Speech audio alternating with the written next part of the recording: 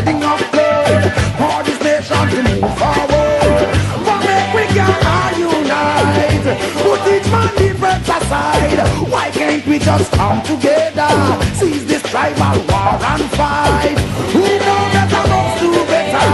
A force of collective inside may not be exposed to education, but surely knows wrong from right. African with African pride, fighting to attain our rights. One more shedding of blood for this nation to move forward.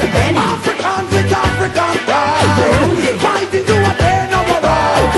One more shedding of blood for this nation to move forward. Hello, listeners. You're welcome to the Progressive Mind Show on WGHC 98.3 FM. This is your host, aka Alinko. We shall be right back. In the meantime, please make sure that your phones are flipped to the TuneIn app if you're an Android user, so you can tune into this show. If you're an iPhone user, just go into your app store and download TuneIn app so you can listen to us. Alternatively, check our website wghcfm.org and listen live. You can also ring 563-999-3221.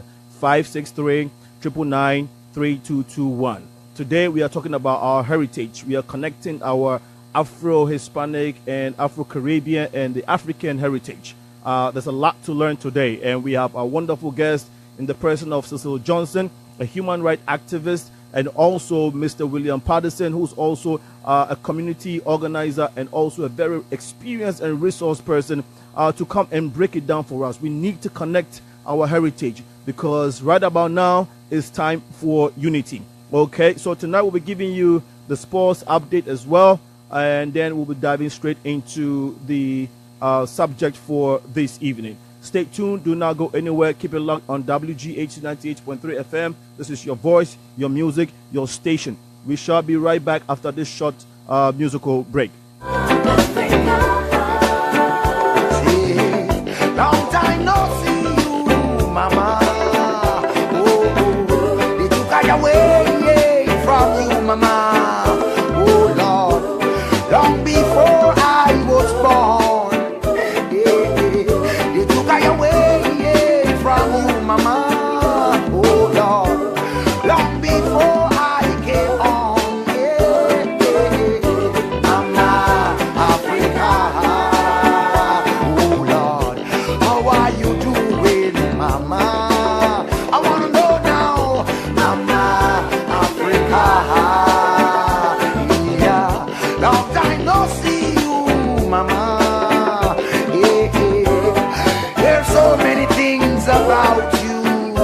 Oh, wondering where you are. Oh Lord, they try their best to hide you, mama. But I search and I find you, Mama Africa. Yeah. How are you doing, sweet mama? Oh Lord, Mama Africa. Yeah, Lord, long time no see you, mama. I said, in you there's so much beauty.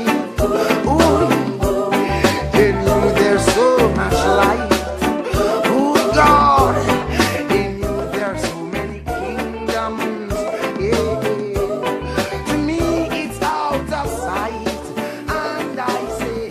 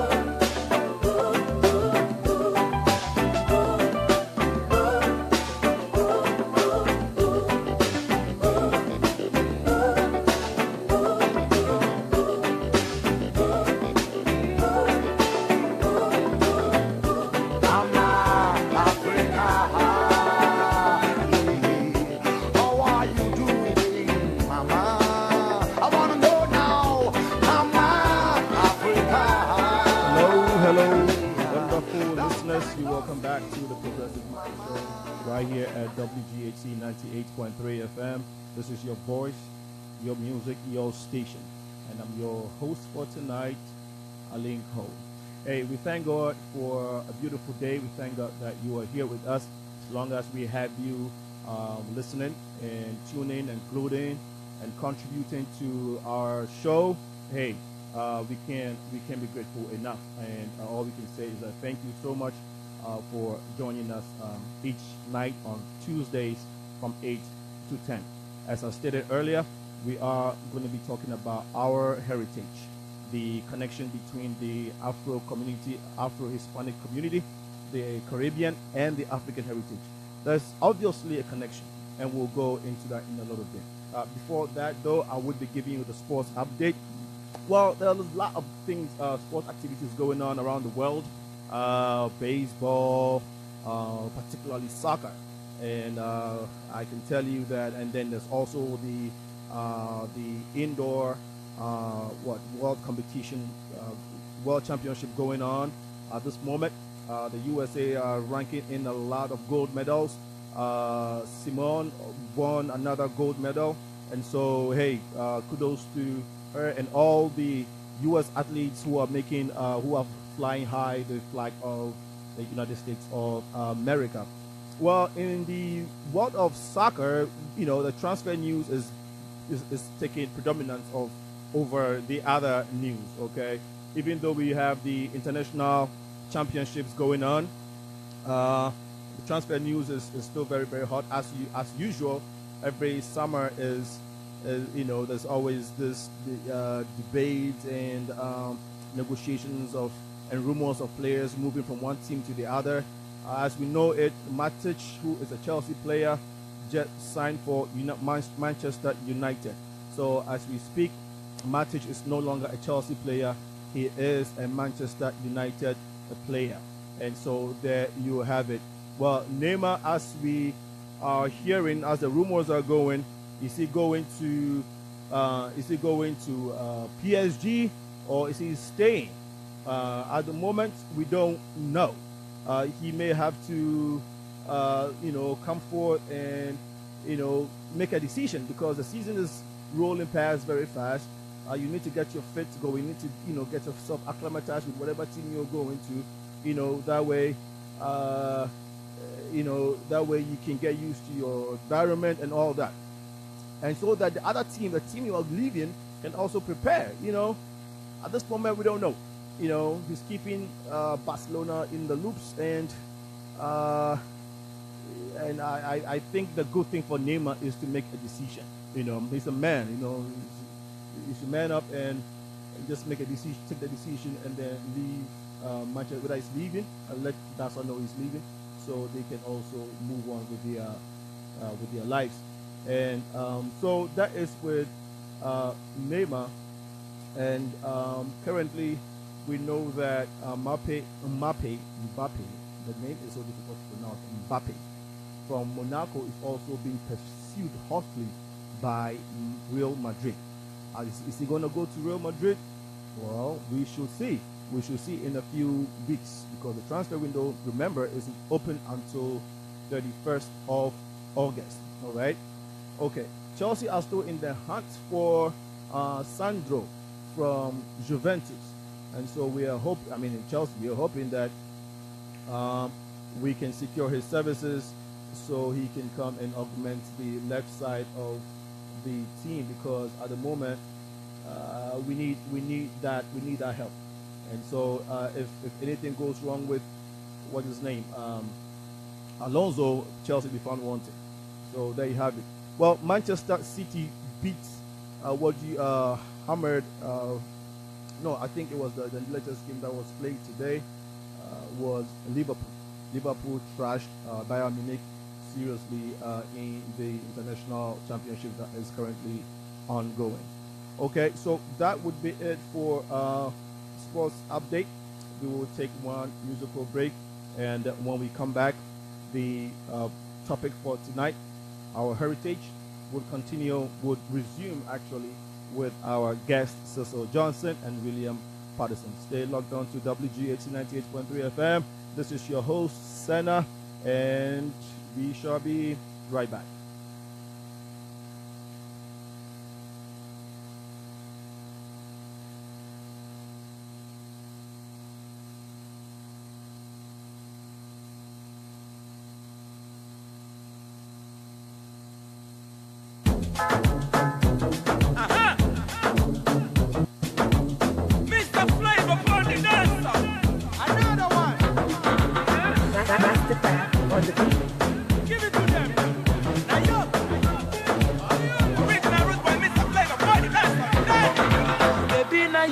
I want to know what's up.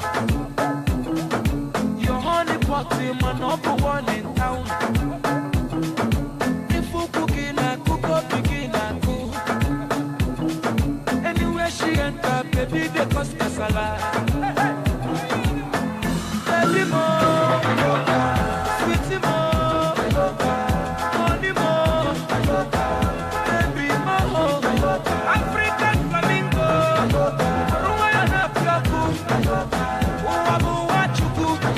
Electric fire, lady. Fire, baby, fire. You know net. Ekaite, you know net. In your bomb, you know net. My Carolina, you know net. Baby Nayoka. Baby Nayoka, asobodo ibo. Indianapolis, Miami, Conefe. Gucci, Prada, designer, corner, yeah. Anywhere she enter, baby, they cause casala. Baby mo, sweetie mo, honey mo, baby mo, African flamingo, Ruana Piaku, Uabu Wachuku, electric fire, lady, fire, baby, fire, you know net, Ekaite, you know net, in your bomb, you know net, my Carolina, you know net, baby Nayoka, I beg you make you dance, baby a buru bata 18, she want to start by the net, baby a buru bata 18, she want to start by the net, oh yeah baby show them, oh yeah baby show them, make your back home, make you do the talking, baby show them, oh yeah baby show them, I sound one Nayoka, sweetie mo, honey mo, baby mo, African flamingo, Ruana Piaku, Uabu Wachuku, electric fire lady, fire baby fire, you know net, Ekaite, you know net, in your bomb, you know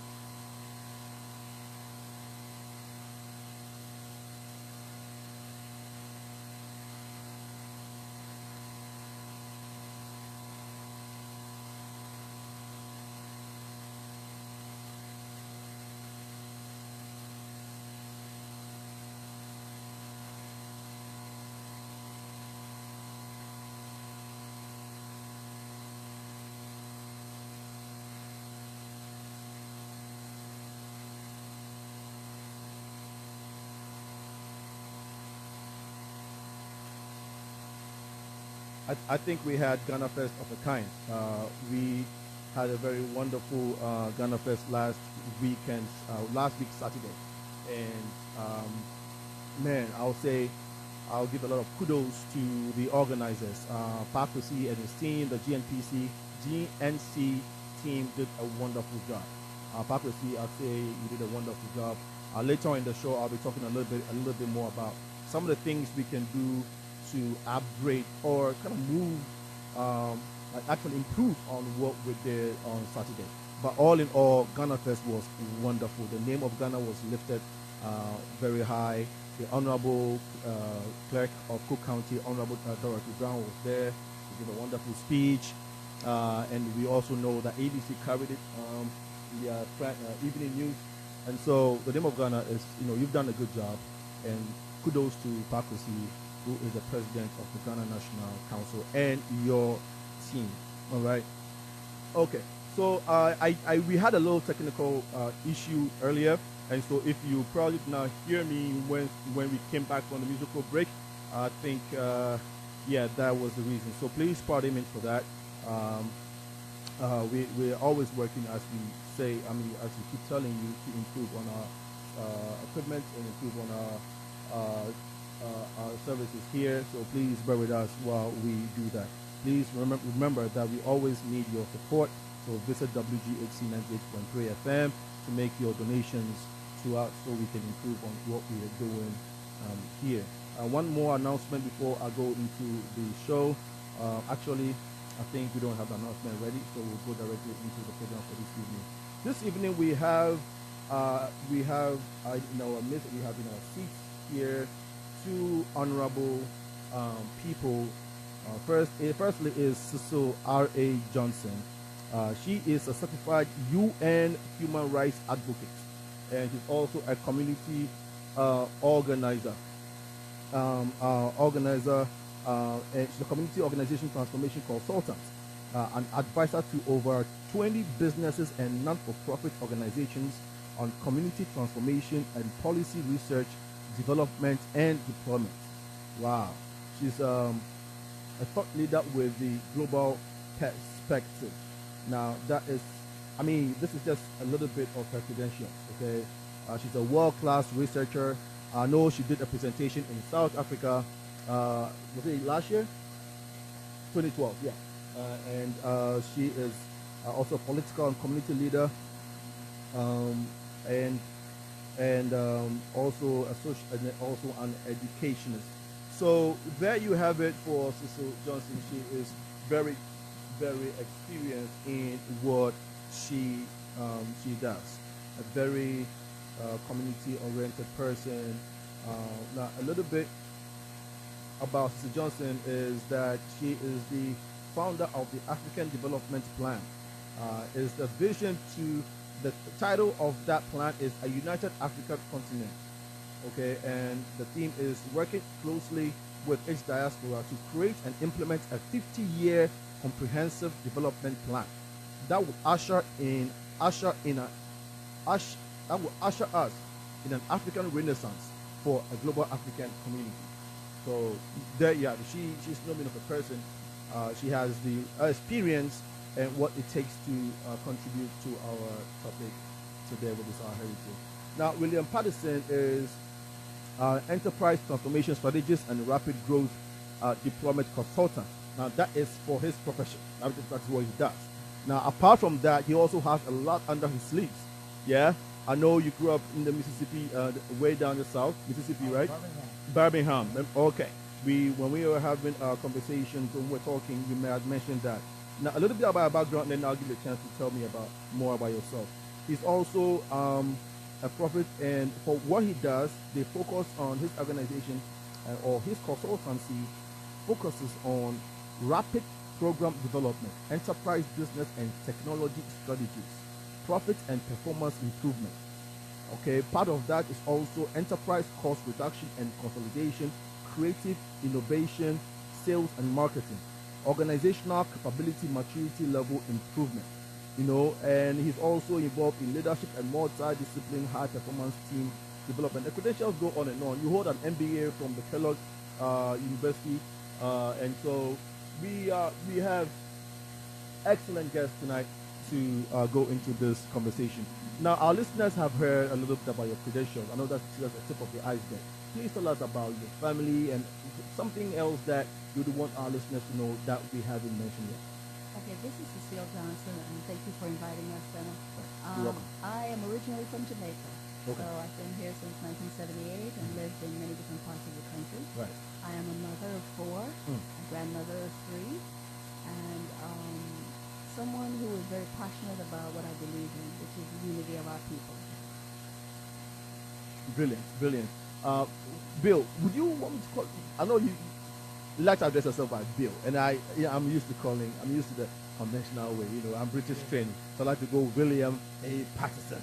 You know, so what would you prefer, William A. Patterson or just Bill? Either one. Oh, okay. Please tell us a little bit about yourself that our listeners haven't heard yet so far. Mhm. Right. Yeah. I'm also CEO of JCCC. Okay. We provide business and community Mhm. transformation Mhm. for those who seek to get off the street. Okay. Years ago, Okay. now the 200 years ago, Mm. we all talk about, well, it's going to take us 200 years to catch up with whites when it comes to education or wealth. Okay. Well, we're going to talk about how you can get off the 200 years of Okay. I also support the National Black Identity Program, which is an organization designed to help communities understand how we take students over the world Okay. through economic, education, public safety, and many others. I also work with PCS Okay.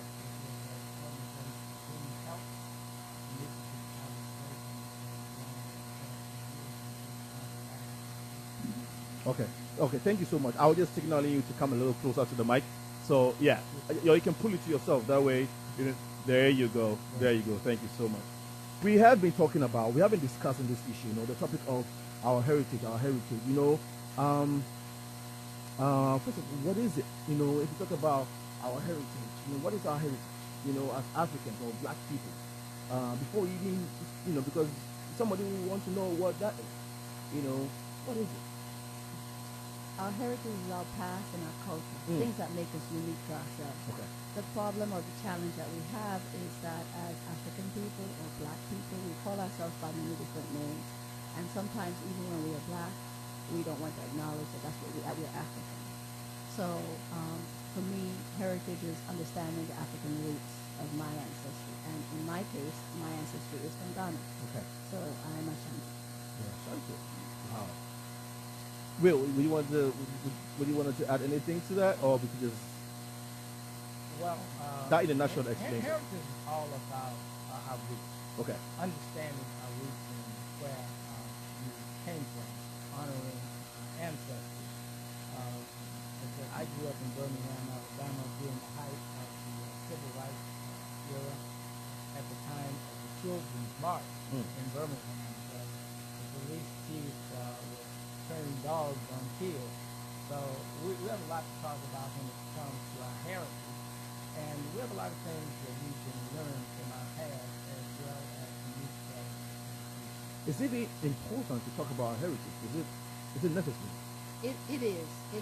It's very important because what we're seeing when we look at the problems that we're having in the community, especially with our youth, is a disconnect. You need a strong identity. You need to know who you are and whose you are. And you can see from what's happening with a lot of the youth, especially the violence where, you know, no one's safe, right? When it comes to whether it's granny or the baby, that there's a disconnect because we're not valuing life the way that we should. I feel like the children knew more about their history, not just about great kings and queens, because everybody wasn't a king and queen. It's more than that. It's the values that we have as African people. Right.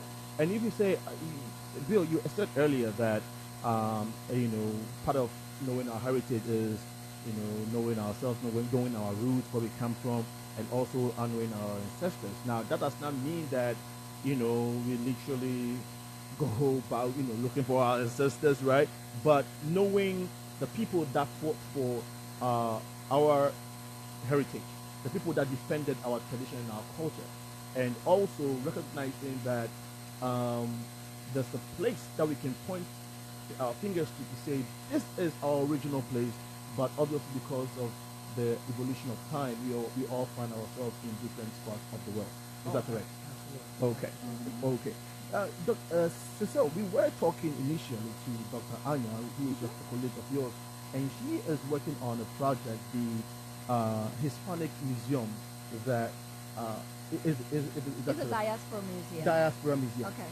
Briefly tell us what the Diaspora Museum stands for. Well, first let me say that Dr. Ana Vicky Castillo, right, is an educator as well as a researcher. Right. And as an educator, she does Spanish. Okay. And what she found is that she was dealing with the public school system here in Chicago, and she found that the textbooks and the resources used to teach social studies and world language programs throughout the entire CPS system lacked materials that highlighted people of African presence and their contributions, right?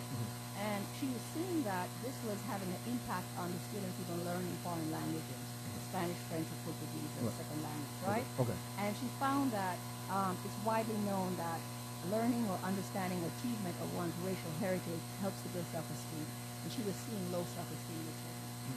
So from that, she started doing a lot of research, and she found that, wow, there were so many people within Latin American history. She started out with Afro-Latino Museum, and it was, she found all these presidents and generals and great men and women, and yet she never heard of them, right? So she felt that this was needed. There's a concept that she calls of invisibility as a form of racism and discrimination. That's when you leave people out of history, and that's what has happened with us. So she decided that what she'd like to do is to correct that. Create a curriculum, create a museum that captures not only a history of slavery, that's another thing. For those of us who are here in the West, we are not just all descendants of slaves, right? Only 388,000 came to the United States. 11 million came to the Americas, right? So from that 388,000 today, we are 40-something million people. That's because when they came here, Africans were already here. So this is like the fourth time, right? So it's important to understand that there's a book called They Came Before Columbus, and that book is by Ivan Van Sertima, and he highlights our presence here before the Europeans. Wow. Okay. We'll go deeper into that. Our presence here in the West, you mean, before Europeans? Before the Europeans. Wow, that is deep. That is deep. If you say Americas, and a lot of listeners, a lot of our listeners will be wondering, what do you mean by Americas? America is America. So if you say 11 million black people, African people came to the diaspora or came to the Americas, what is the America? What is America? North America, South America, Central America, and the Caribbean. Okay, great. We know that there is a connection between Africans and the Hispanic community. And if I say the Hispanic community, we are talking about, which is what Dr. Anya actually Afro-Latino. Afro-Latinos. Can you give us a link, please?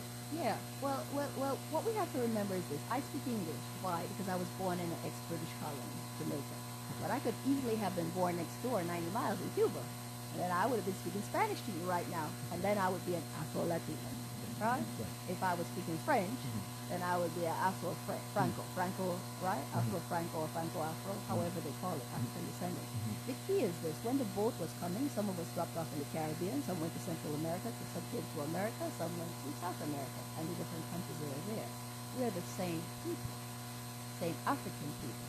We just happen to speak different languages. Similar to in Africa, you have Ivory Coast that speaks French, you have Ghana that speaks English, you have Portuguese, Mozambique, right? So you have the same problem, right?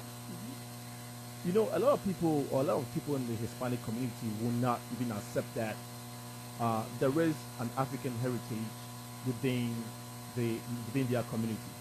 Say, for instance, there are a lot of black folks in Mexico who are actually having racial issues with the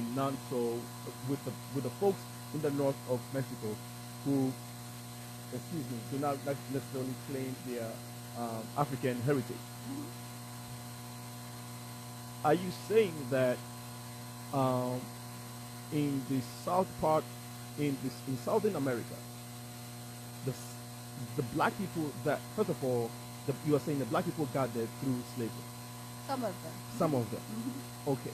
Now, tell us the history behind what you said earlier, that Africans were here before Africans were in the diaspora or in America before the Europeans. Can you go a little bit into that? Well, they have the Olmec statues, that big round head, if anybody's ever seen it, right? And if you look at the features, clearly African. They've done studies when they did archaeology in Brazil, where they went down, they use those cones and they go deep down, like 50,000 years, and they find samples of bones. And when they do the DNA on it, they see Aboriginal, right, as African, right? And they found that even the people down in the southernmost tip, the Galapagos Islands, they may look fair-skinned, and when they do their DNA, they see that they're African, have African roots too. So we know that we are not just here from this last dispensation of slavery. African people, as you can see, if you go in the currents off the coast of Africa, the west coast, some of those currents just flow through right over to Brazil and other these other areas, right? And so African people have been traveling for a long time, right? So what Anna has done is that she has documented a number of these things, right? From the time of Ramses coming from Egypt, right? All the way through to when they have like the Olmec civilizations. When you look at the pyramids in Egypt, you see the same type of pyramids scattered through South America, Central America, right? So that's the same thing. Now, what she says is that when you look at our children, many of them are doing very poorly in math and reading, right? Fourth grade and eighth grade level. But if these children were reading about themselves, you know what math and science it took to build a pyramid.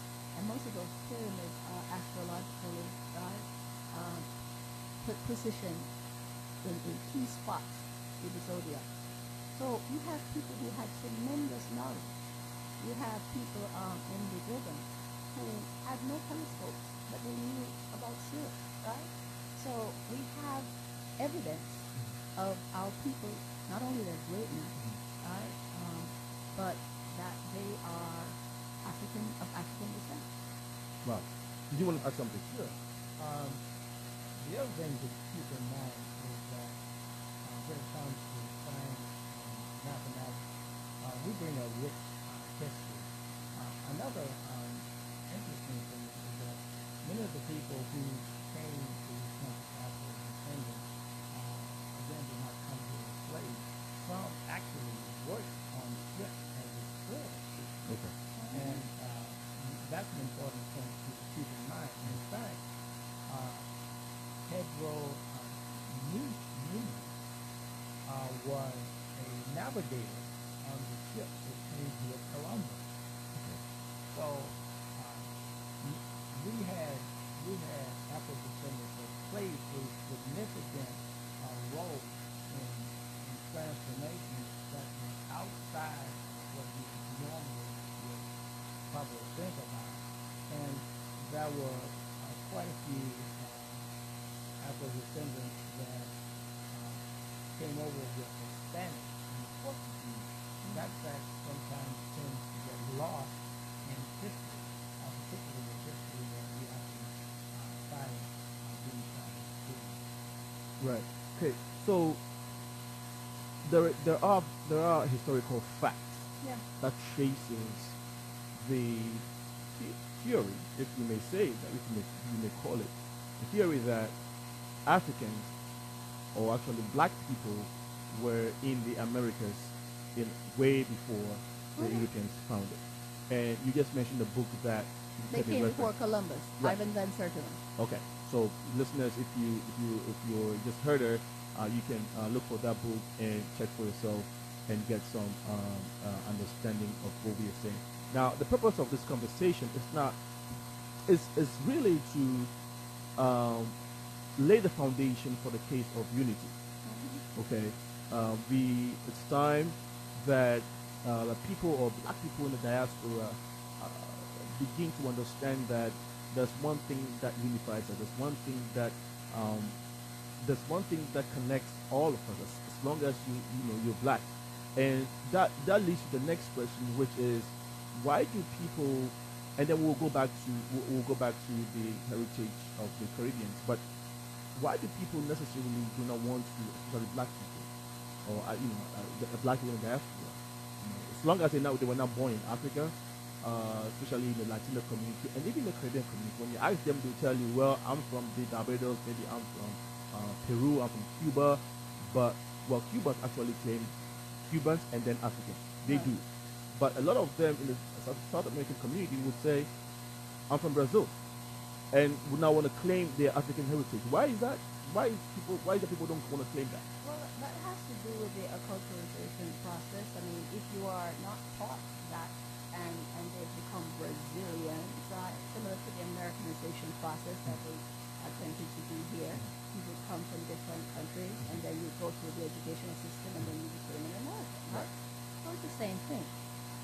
Also, in many places, like in the Americas, in America, you had a one-drop rule. The rule said that you had one drop of African blood, no matter what you look like, you were black. Yeah. Well, the flip happened in the other countries. Once you got one drop of anything else, there was some benefit to being not pure African. The problem is that across the world, people of dark hue have been at the bottom of the social structure. And so people don't want to associate with that, right? So part of it has to do with our colonial treatment and a colonial mentality, as well as the reinforcement that we get through the education that our children are given, which is very Eurocentric. And all of these things make us end up helping ourselves. So then you see in our community people bleaching their skin, bleaching their hair, fixing parts of them to look a certain way, right? Why? You were made beautiful from birth, right? And it's created serious psychosis, especially amongst our people. So that's why people don't necessarily identify. I can ask a black child, I will say, oh, you're black. And they look like I'm trying to tell them a bad word, right? I'm like, yeah, did you look at the mirror today? I say I'm black, so why are you not black? I think that you also have to keep in mind that the African descendants are not a homogeneous group. Can you break that word down for us? Sure. What we mean by that is that we're not all the same. We're not, quote, one group. Okay. With one set of thinking, one mindset. We come from Africa, 50 different countries. In the U.S., 50 different states.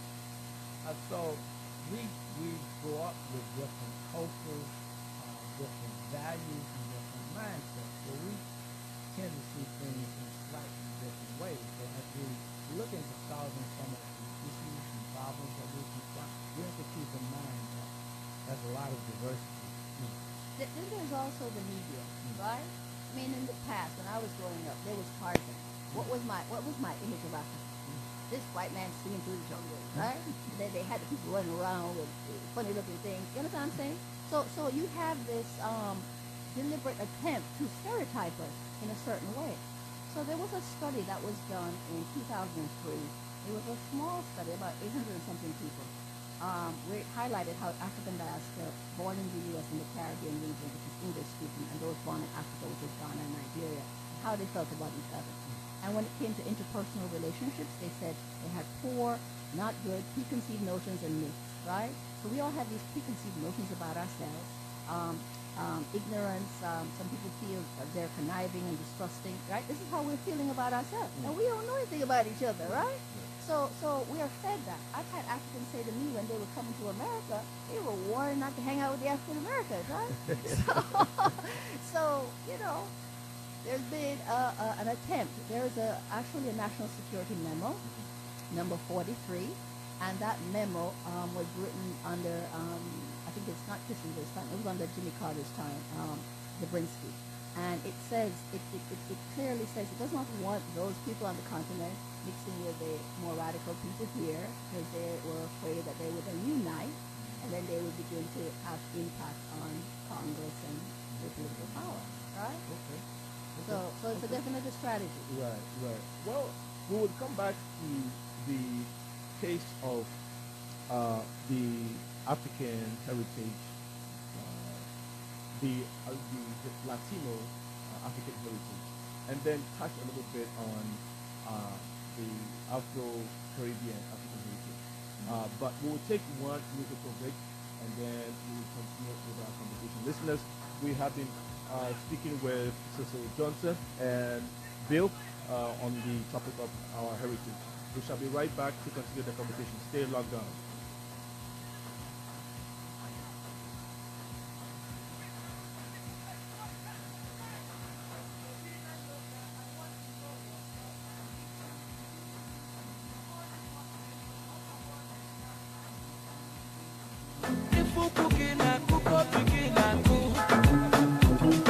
Anywhere she enter, baby, they cause casala. Baby mo, sweetie mo, honey mo, baby mo, African flamingo, Rwanda plaku, Uwabu wachuku, electric fire lady, fire baby fire, you know neck, ekaite, you know neck.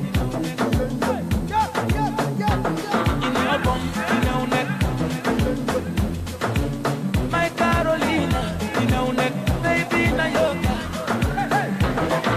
baby na yoka, asobodo ibo. Indianapolis, Miami, Conefe, Gucci, Prada, designer corner ya. Anywhere she enter, baby they cause casala. Baby mo, sweetie mo, honey mo, baby mo, African flamingo, Rwanda plaku, Uwabu wachuku, electric fire lady.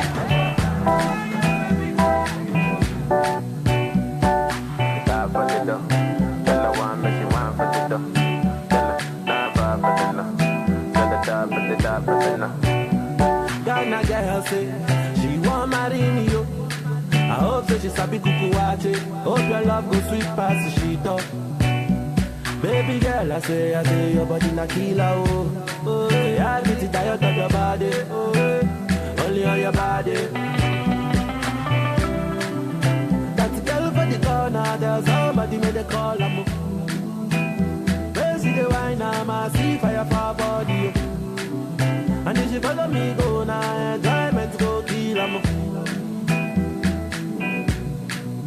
Baby girl, you bad, girl, the way you whine. I demand over you, girl. I demand over you, girl. Say you are my woman, my superwoman. I demand over you, girl. I demand over you, girl. Die for the love. Tell her one, make you wine for the dough. For the love, yellow one, but the die for the dough. Die for the dough. Yellow one, but the wine for the dough. Yellow, die for the love. Yellow, die for the die for the love. If I sing for you, you gon' love me, oh baby, love me non-stop. I will love you non-stop. Always this you on top, baby, oh baby, oh. All about you, oh, I want me, oh. Play the music non-stop. Tell them dance to my song. Tell them shake it bum bum. Oh, eh, oh, eh. That girl for the corner, there's somebody made a call. I'm oh, eh. They see the wine, I'm a see fire for body.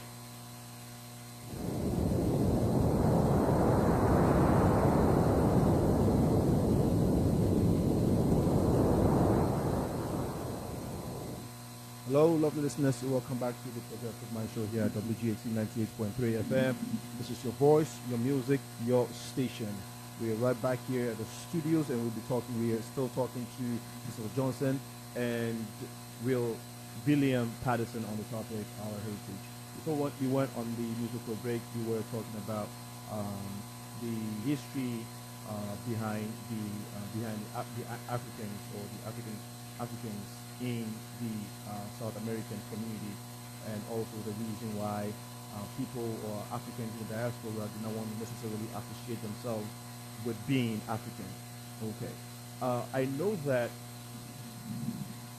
Cuba alone had about 1 million slaves or Africans migrating to that community versus just 500,000 that came to the U.S. In Peru, in Costa Rica, Brazil, I hear the black population density in Brazil is actually more than that of the black population density in Lagos. And so that tells you the number in Nigeria. Yeah. So that tells you the enormous number of black people in this community. Now, would you say that creating this awareness and having Africans in these parts and having the Latino community understand the importance of realizing their identity and working together with the community would help speed up this unity conversation? I think so. There are a number of African Latinos, Afro-Latinos, who recognize their culture, right? When I met Anna for a long time, she's been calling herself Afro-Latina. I think that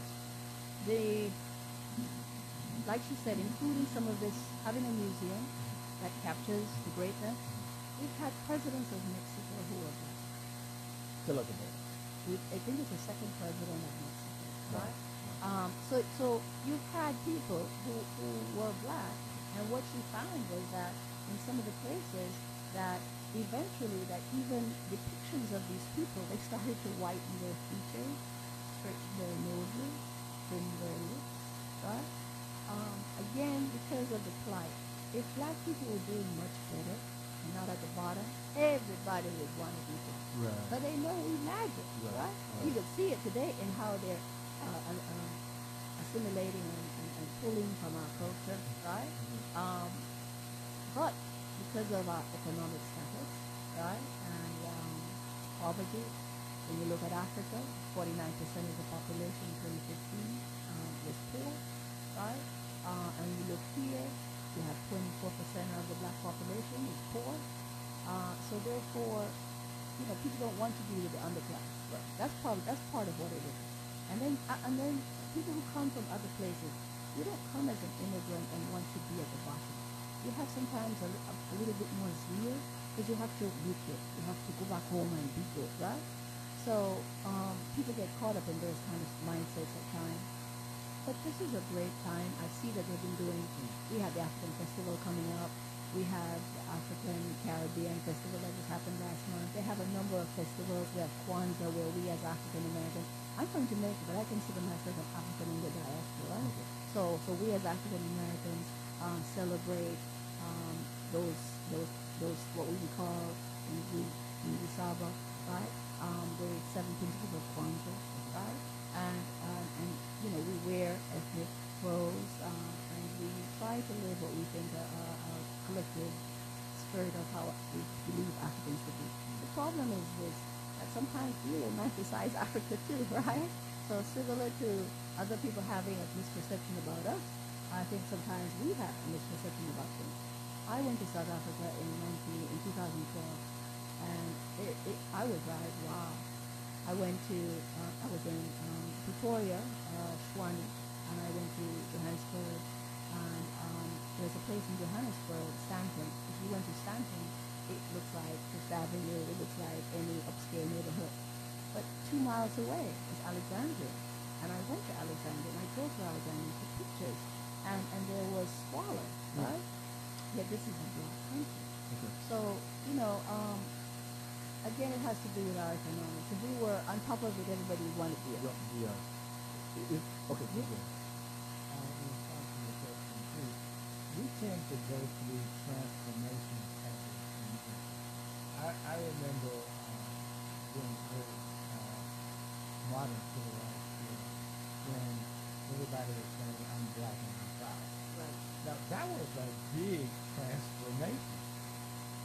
You got people wearing afros as opposed to having their hair curled and straightened. I mean, so a part of this is education about our community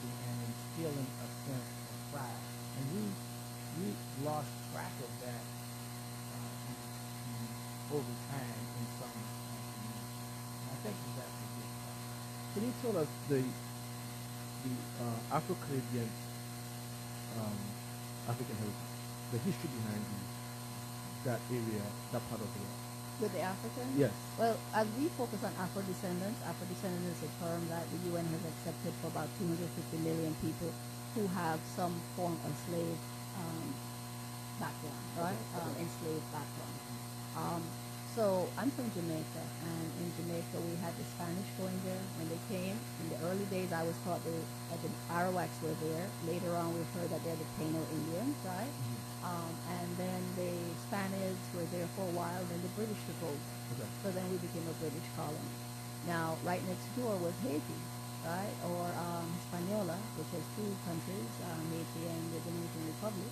And two kind of different mindsets. Haiti is almost predominantly African, right? While Dominican Republic is more mixed, right? And you've seen how they've treated the poor Haitians. Even Haitians who have been in the Dominican Republic in the 1920s and 30s, they refused to give them birth certificates and acknowledge that they are born there, so therefore they are Dominican, from not Dominican Republic, from the other part of Hispaniola or company. So, this is a problem. And how did they end up there? How did all those little islands in the Caribbean? Through the slave trade. They had sugar, they were growing sugar, and they were growing these crops, and they needed, the native population, Native American, Taino Indians, Caribbeans, they killed them off or wore them out or they ran away, right? And so they had to bring in people who they felt could handle the type of heat and the hard work. And in many of those places, a slave would last 7 years. So this was no glorious life, right? So they would bring them and use them and brutalize them, and they would die, and because it was cheap, they would bring in some more. In the Americas, they tended to, after a while, as you look at the numbers, it's only 388,000, there was a lot of internal breeding, right? Okay. So that's how we got here, at least to that part of the enslavement. To the Caribbean. Yeah. Okay. What is the plan for you now? Is there any plan with the African, you're working with the All Nation African Development Plan. African Development Plan. And there's another program that you're working with that I want to see. The National Black Agenda Consortium. Exactly. Yes. Are those part of the plan? Yes. I'm a co-author of the National Black Agenda Consortium, the 2016-2017 version. And actually in that version, I wrote two pieces. And one of the pieces is International Policy and Development. And in that, we specifically talk about some of the issues that relate to us on an international human rights perspective. We also talk about indigenous status, because again, some of our people are indigenous. If you look at early pictures of what they call Native Americans, you see very dark-skinned people, okay? Yeah. They could only be but us. Right. And then when you talk to people and their families, they always tell you about grandmas and people who had these ways, and they were living like Native Americans. In this, we also focus on the U.S. policy towards Africa, right? So you're asking about unity.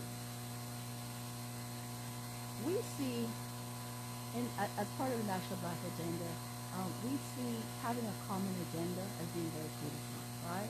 I do research in Africa also. I was the African Heritage Project diaspora researcher in 2014, right? And I wrote about why we need an African-centered curriculum. The unity is very important because when Amadou Diallo was shot down in New York, he was an African who was standing like in front of his house, right? Like in his festival or something, and the police came up and he was reaching for his wallet. He's saying, and then they shot him 41 times, right? Okay. White Gift does a song about that. The reality is when you're walking down the street, you look like us, we look like you. Unless I open my mouth, right? Nobody's going to wonder who I am. And they really don't care. Because once you get here, you're just a black man. So it is imperative that we begin to be on one accord, to understand that the issues that are impacting us are very similar to the issues that are impacting Africa, right? It's the same kind of stuff. So when we come together, like I said, the National Security Memo mentions that it doesn't want us to do that. Right. So therefore, there must be a reason why they don't want us to unite. In 1915, Marcus Garvey came from Jamaica to America.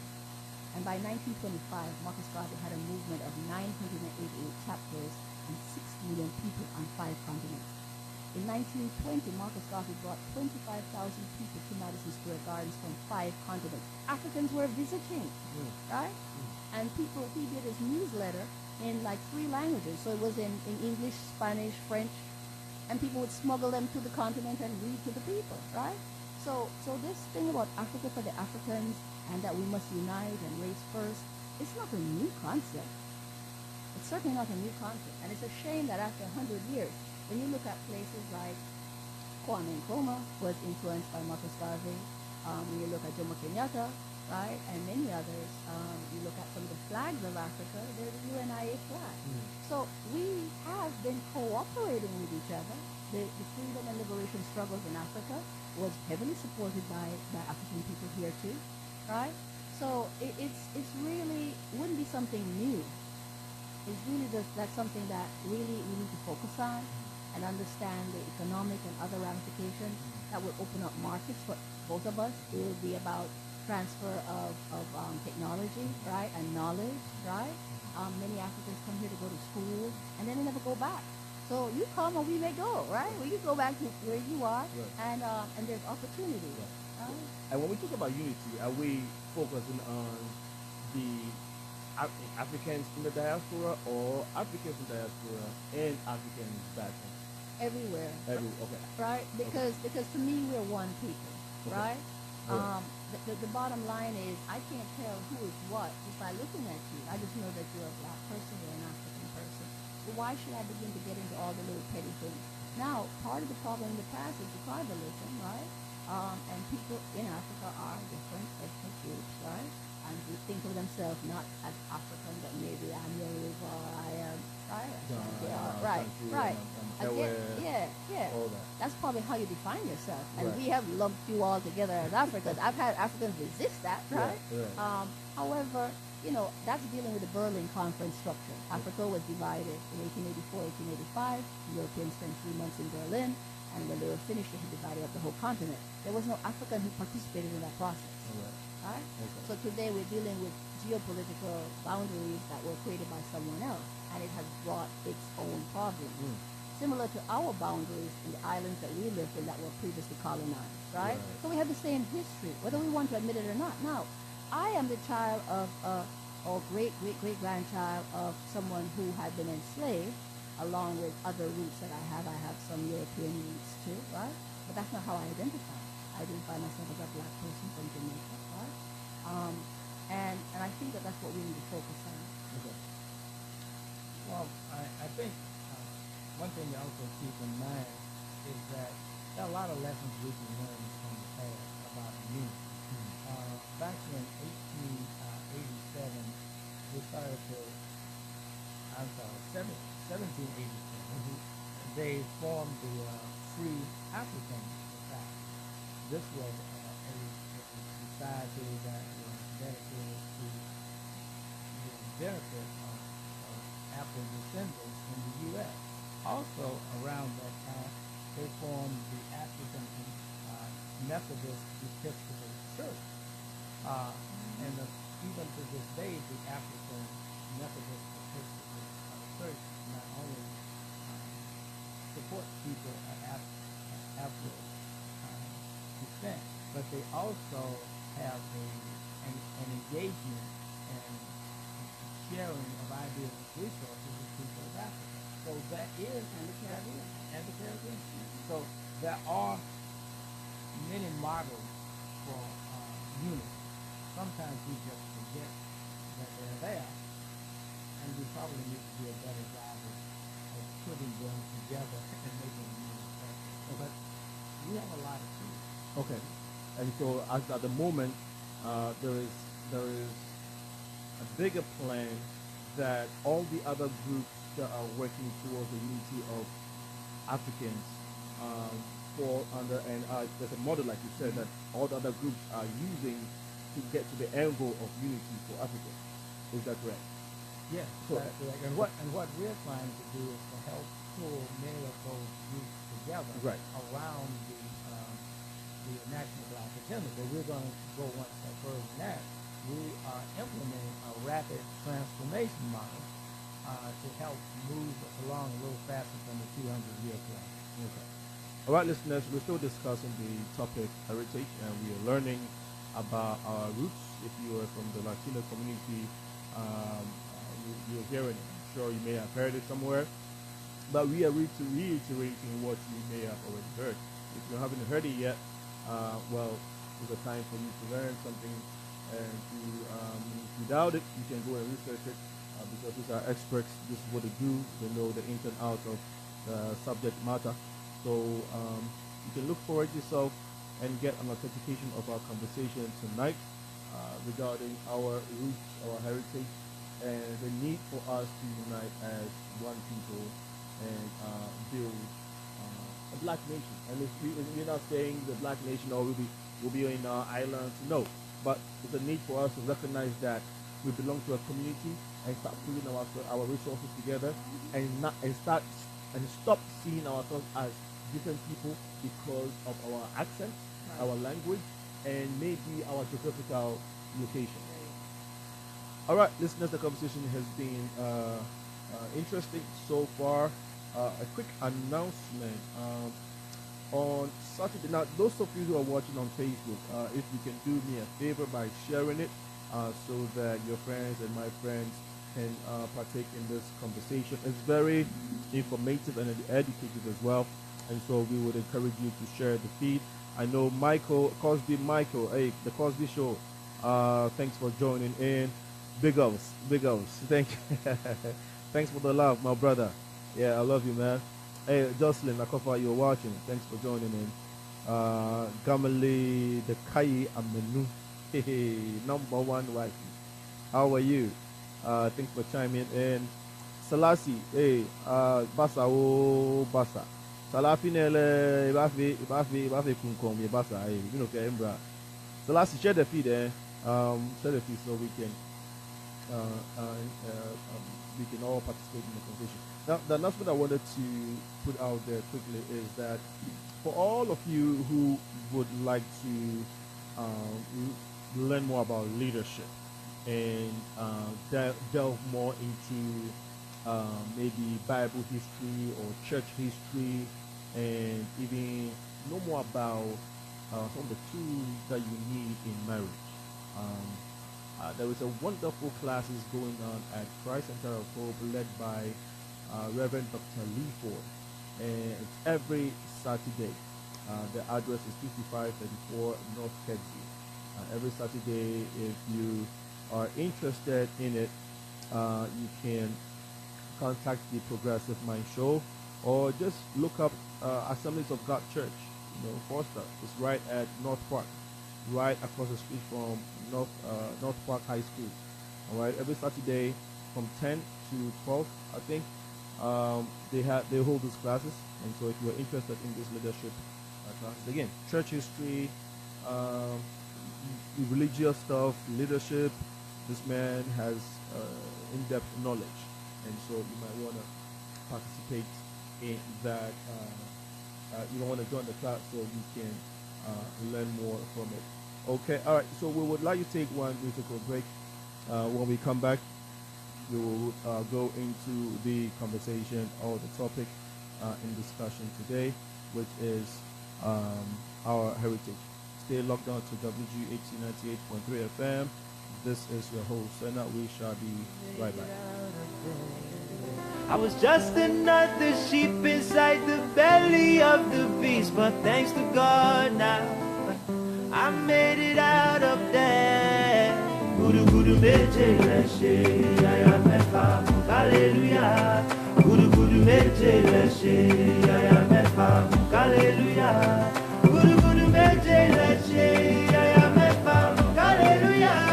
Guru Guru Meche Leshe, I am a farm, hallelujah, hallelujah. This ain't lucky now.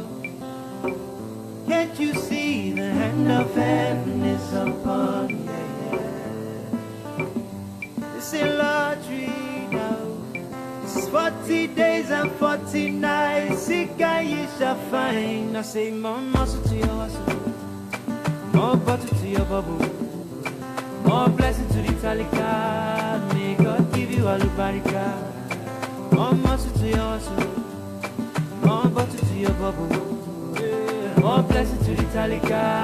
May God give you all the barika.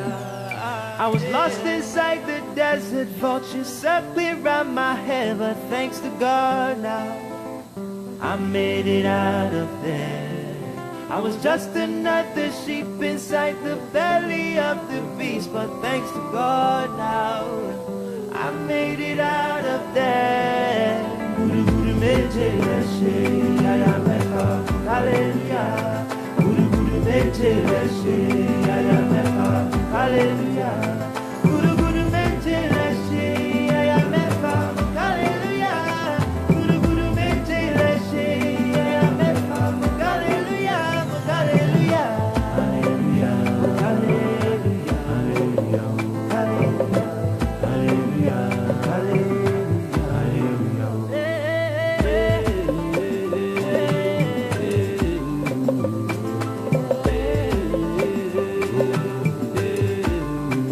I see clearly now. Sun's outside and the night has turned to day. I see clearly now. I used to be lost and God showed me the way. I see clearly now. All I see is blessings every time I look back. I see clearly now. Oh, hallelujah, meje baba mojuba. Guru Guru meje leshe, yaya mecha. Hallelujah. Guru Guru meje leshe, yaya mecha. Hallelujah.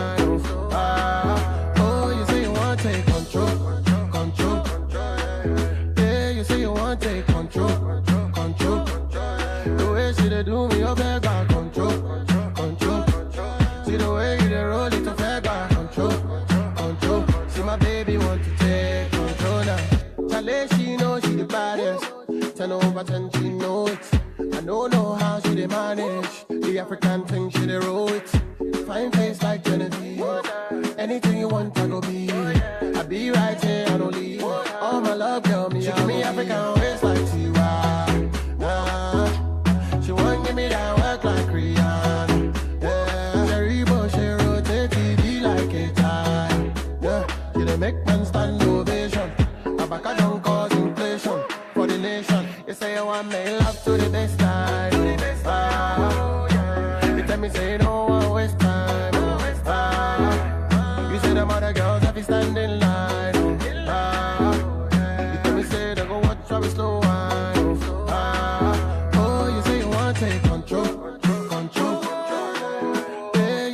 want to take control, control. The way she dey do me, oh baby, control, control.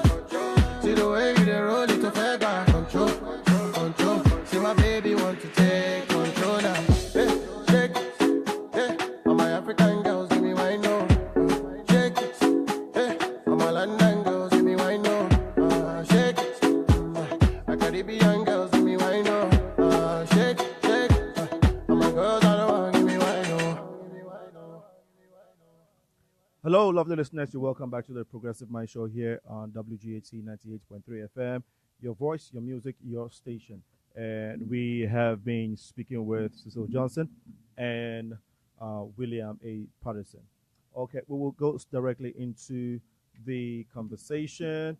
And again, if you just joined us, this is the number one program in Chicago where we talk and discuss issues pertaining to ourselves, our community, and how we can better develop ourselves and the community that God has blessed us with. And the reason why we engage in this kinds of conversation. You are welcome to join us and share your view, ask questions. So, as I always say, together we can do this because not one person can, get this going. The number to ring in if you want to join us is 773-942-7167. 773-942-7167. Please call and share your view or ask questions so we can participate in this wonderful topic of discussion this evening. I know you have been doing this community building and advocating for unity for some time now. What are some of the challenges that you normally come across? You think it's doable? You think Africans in the diaspora or Africans can come together? Yes, we can. Okay. So what are some of the hiccups that you've been coming across? Well, like any group of people who have suffered certain conditions, right? There's the issue of trust, right? Many times people come here. I know this as a Jamaican.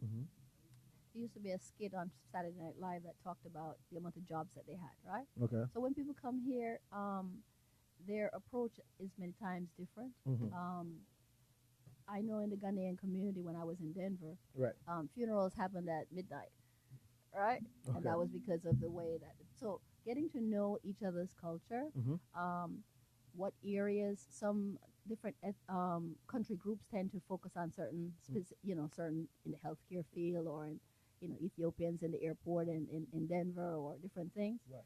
So getting to know what about these people's culture, right? Going out to their events, getting to have friendships, right? Overcoming the stereotypes, visiting. Like I'm sure a lot of Africans don't visit, say, African American chicken joints, right? And maybe the reverse is so. We have people who will visit African restaurants and things like that. So some of the challenges has been getting over the stereotype within our African community or Black community, moving out of your boundaries, right. Pushing up a little bit against the comfort zone. So the challenges have been that getting over the stereotypes. A Kenyan woman did a movie called Bounds. And she did it with an African American producer. And she dealt with the issue of Africans versus African Americans. And she did a beautiful film that showed our history. And then when she was finished, she went into Africa's history. Okay. So it got a chance to show us that we had more in common than we had differences. Absolutely. So the biggest thing has been, like I said, how the media has portrayed us. The messages that we get. Many times people who come from other countries may have more economic, status. They're going to school or, they have some purpose why they're coming. So they may not necessarily mix or even come into our community to live, right? They may go somewhere else. So, and then the challenges have been people come and in the different African organizations, everybody has something that they're working on, right? You're an immigrant community, so you're working on things that are important for you as that immigrant community. Right. You may not necessarily, based on your schedule, have time for a whole lot of socializing and getting to know other things. Right. So if we had like this format that you're doing where you're sharing, you're including us, that helps, right? If we, like, I've been to Africa, my son has been to Kenya. He's actually going back again to spend like 10 days, in September, and taking people with him, right? So if we do that, if we go, and when we go, we don't act like, like a colonialist, but just come and be receptive. Expect that things will not necessarily be as it is here. However, it's still good, right? So just being open. Okay. Do you yeah, go ahead. There are a few other barriers that sometimes get in the way. We believe that there are really three major crises. One is what we call the crisis of leadership. So I was happy to hear about your sponsor who was promoting a leadership program. But we have three crises. The first is a crisis of leadership, a crisis of imagination, and we're missing a roadmap for action. We need, and the National Black Agenda is a visioning tool, so it gets us on the way to developing a roadmap with those 250 plus problems that are identified that are commonly faced by Afro descendants. Now, everybody's problems are a little different, so that needs to be tweaked, and we do that through what we call a community agenda, and Cecile does a great job at helping people to connect the dots and help develop policies, and I work on the strategy part to help move things forward quickly. But those two things are super critical. One other thing, who are leaders? When I say leadership development, that doesn't mean that it's the president. That doesn't mean it's your congressman. It doesn't mean that that's your faith-based leader. We believe it's all those people, and most importantly, it's you. Okay. Everyone has to step up and become a leader. That's the only way we're going to move and unite in a faster and more effective way. That very, very interesting. And you think that people are ready for this message now? One thing that I wanted to add to what you just said, in addition to the barriers that we're facing, is, do you think that it would be a good idea that this message of unity will be taken into our communities through parents? Because it's I think as much as you guys are doing this community work, and we're doing our part with the radio and all that.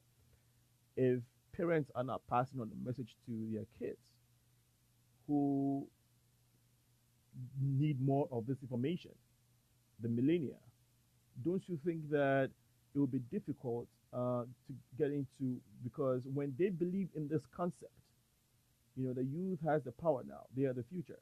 And so one way I believe that this message can filter, deeply into them is for parents to start doing this kind of messaging that we are trying to do, or you guys are trying to do. What do you think about that? Yeah, I agree with that. Parents play an important role. It starts with the toys you buy your children. There is an African, I think it's Nigerian or Ghanaian, who has created a whole series of African queen dolls, right? There's a gentleman I met in South Africa, Push Kame. He's from Ghana, and he has a book, 100 Great African Kings and Queens, right? And he tries to write stories because, as Anna says in her thing, until the history is written of the hunt is written by the let me give an exact quote. Until the lions have their own historians, tales of the hunt shall always glorify the hunter, right? There you go. So when parents make an active attempt to find things that reflect our culture, teach their language. Sometimes children come here and they don't speak the language, right? So when they go back, they can't talk to grandma, right? So parents need to really make a effort to keep that culture alive and to begin to share that culture with us. Some of us, like myself, like I said, I found out that my family line includes Ashanti. Would be nice to learn the language, right? Right. It would be nice to learn the language. Right. So find more opportunities and then insist in schools. The schools in Chicago are 39% black, right? And 45% Latino. Insist that in schools that our heritage is included, not just a story about slavery. That's just like a drop in the bucket. Right. We come from, so many other things, the great kingdoms, right? So Sangay, Mali, right? Ashanti, all of these great kingdoms. You talk about what was going on in the Congo, right? So they didn't come and find the African people swinging from trees. In the 1800s, Africa was equivalent to Europe in many ways in the great cities, right? Wow. Because they didn't have electricity. They didn't have it in Europe either. Mhm. They were throwing garbage out the window and all kind of stuff. They Okay. weren't finding that in some of these African developed cities. Right. Okay. So just changing there's also some Nigerians who have done little kiddie videos. Mhm. So I find that we're in a time where you can use the social media to actually learn a lot. Mhm. And I sometimes pull on some stuff that I will show my grandchildren, etc. Mhm. Because I really resent them not having access to a more diverse that reflects my own culture. Right. Wow. know? Wow. Wow. That's wonderful too. And then it's going to be difficult. I mean, this talk of unity and the project of unity is not going to be easy, and so that's why we are calling on parents. You're calling on religious leaders. Please go ahead. Yeah, you're absolutely right about the necessity of involving both faith-based institutions as well as parents. The other thing that we should mention about leadership, leadership is not a one-day class and it's not a book. You don't become a leader of your family, of yourself, by reading a book and then go away. Right. Leadership development is a continuous process. The world changes, you have to change with it. Okay. Right. Okay. Absolutely. So let me tell you something else. Years ago, there was a Nigerian gentleman, General Ishola Williams, and he was spending some time here in the U.S. Okay. And he made us aware that there was no Global African Peoples Institute. There was no place that just focused on us. Okay. So for years, we've been working on how to get that happen. Okay. Well, I'm happy to say that at the University of the West Indies in Mona, in Kingston, Jamaica, right? This year, they signed an agreement with the University of Lagos, and they formed a new African diaspora, the Institute of African and Diaspora Studies. Okay. Right? So these are positive steps because now they're focused on us. Right. They also signed an agreement with the university in South Africa, right? So we are seeing that people are taking the step. The African Union considers us in the diaspora the sixth region of the African Union. And in their 50-year plan, the 2063 plan, in the first 10 years, we were looking at that. We're in the first 10 years now, right? And the first 10 years, they are focusing on what help can members of the diaspora do. The African Union sees the diaspora, not just Africans who came here, but also us, as its resource, right? So beginning to have a more conscious focus on the fact that our services are needed. I'm talking about when I say our services. People come here and they end up working for corporate America. That's nice. Get the experience. Right. But begin to think about, well, how could I apply my skills to Ghana or Nigeria or Uganda, or Ethiopia or one of these places? Because Africa needs you. Africa has the largest youth population in the world, right? And we don't need them to be disenfranchised and disaffected.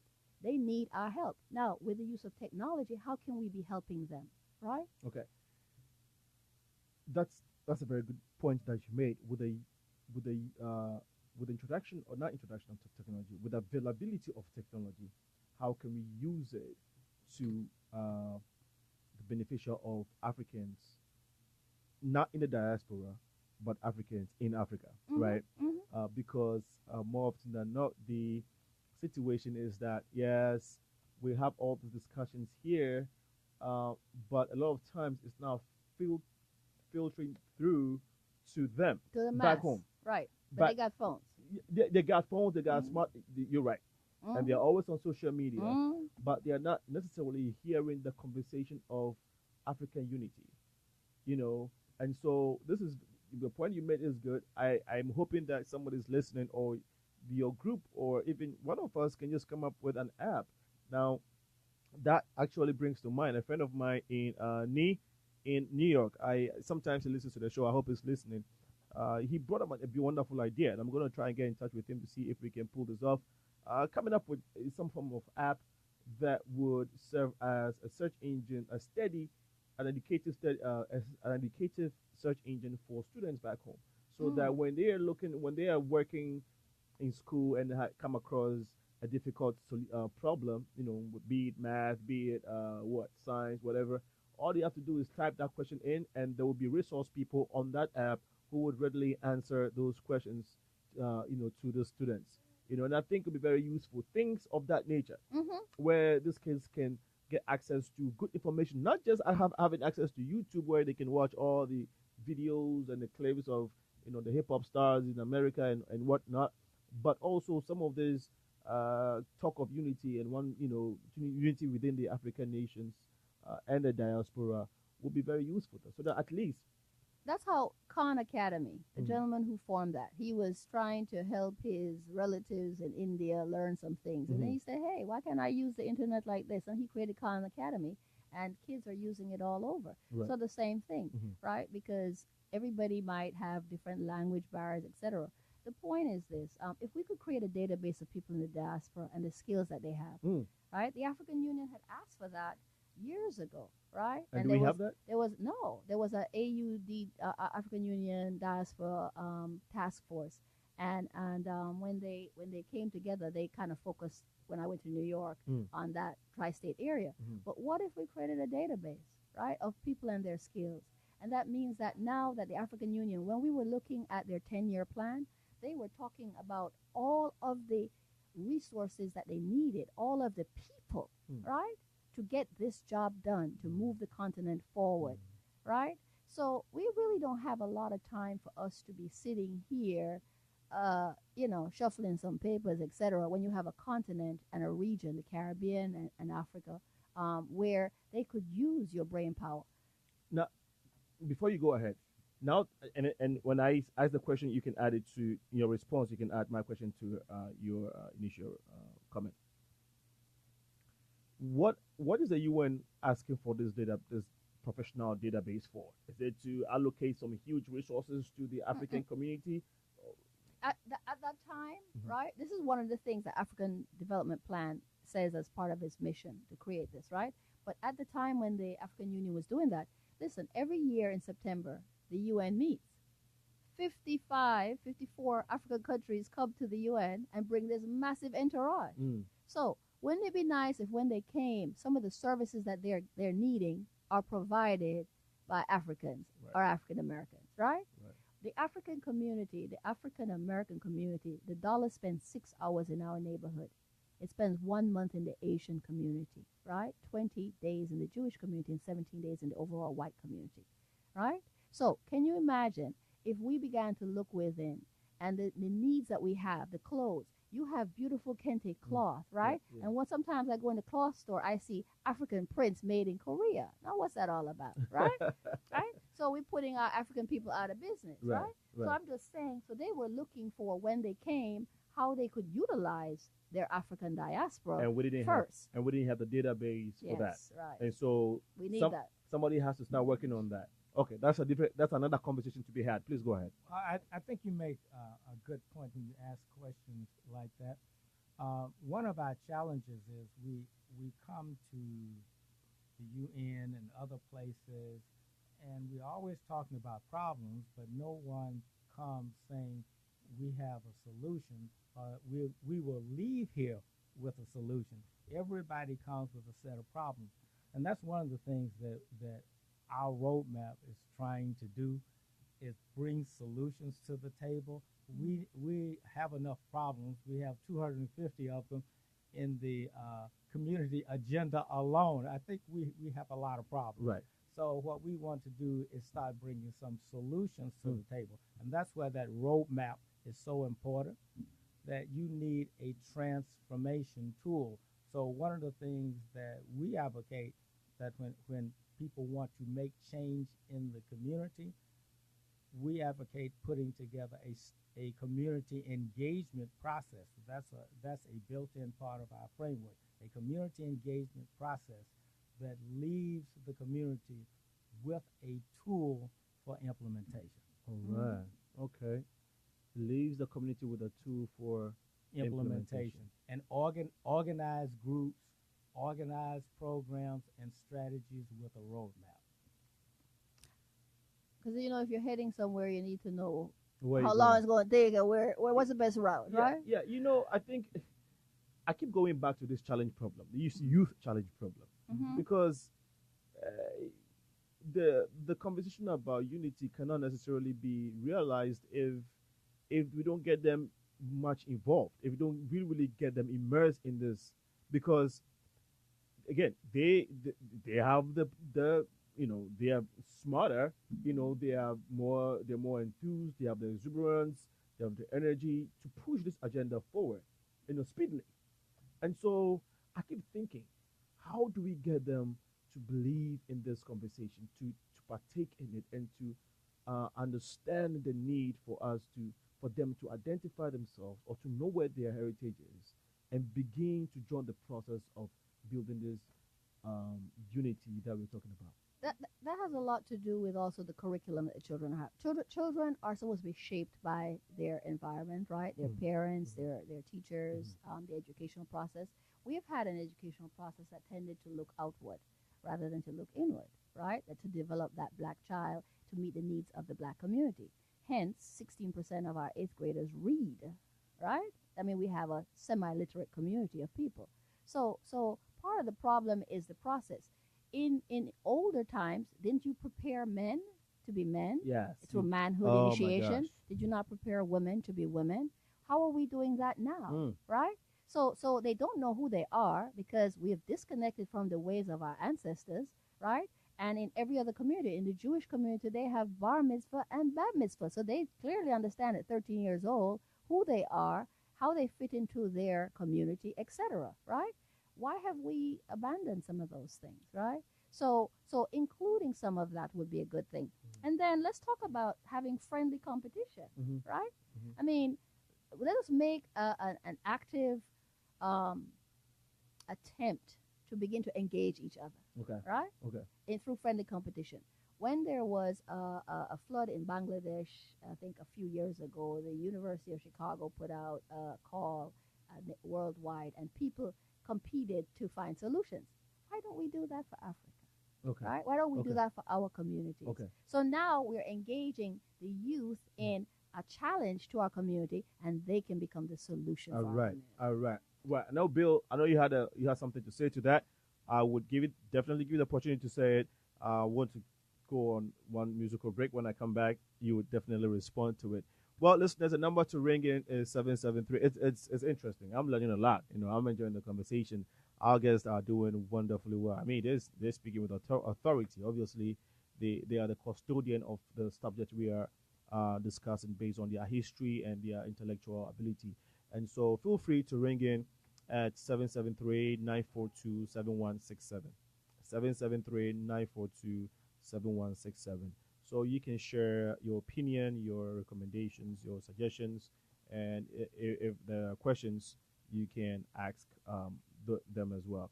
And remember that I'll be talking a little bit about Ghana Fest, which ties into this conversation we're having today.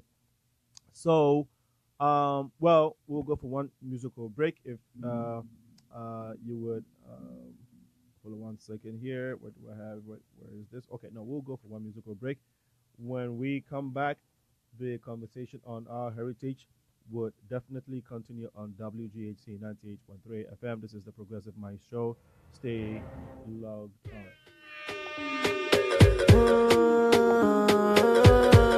But the ranking me there. Easy Pro. Why is that?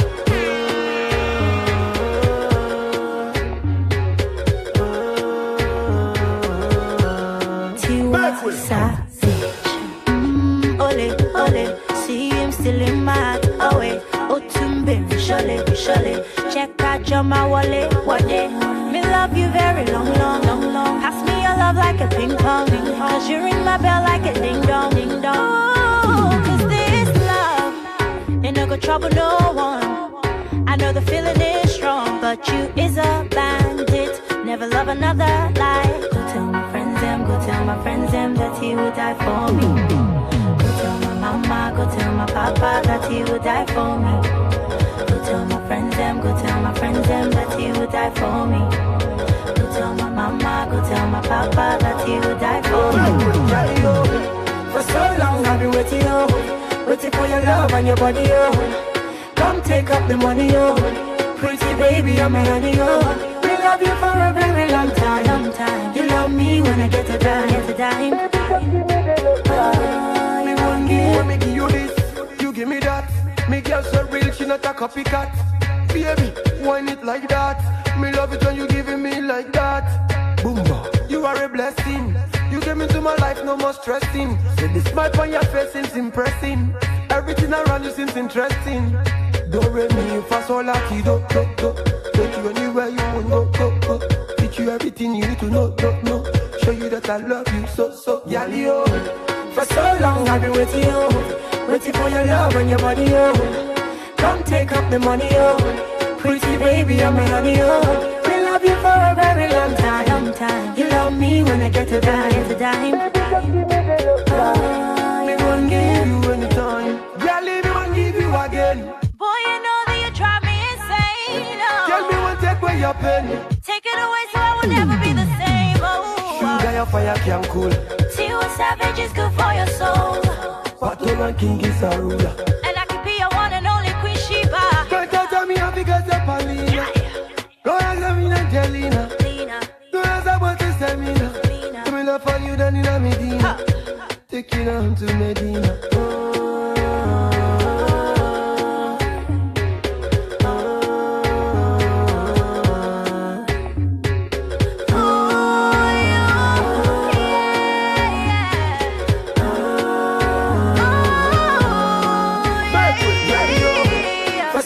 I've been waiting, oh, waiting for your love and your body, oh.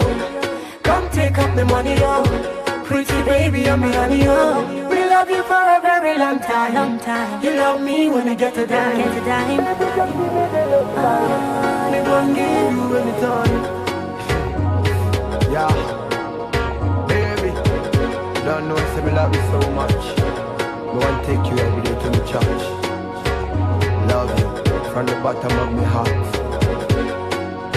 From the end to the start. You don't know what the ranking me there. What the ranking me there. Go tell them me say that. Me say that.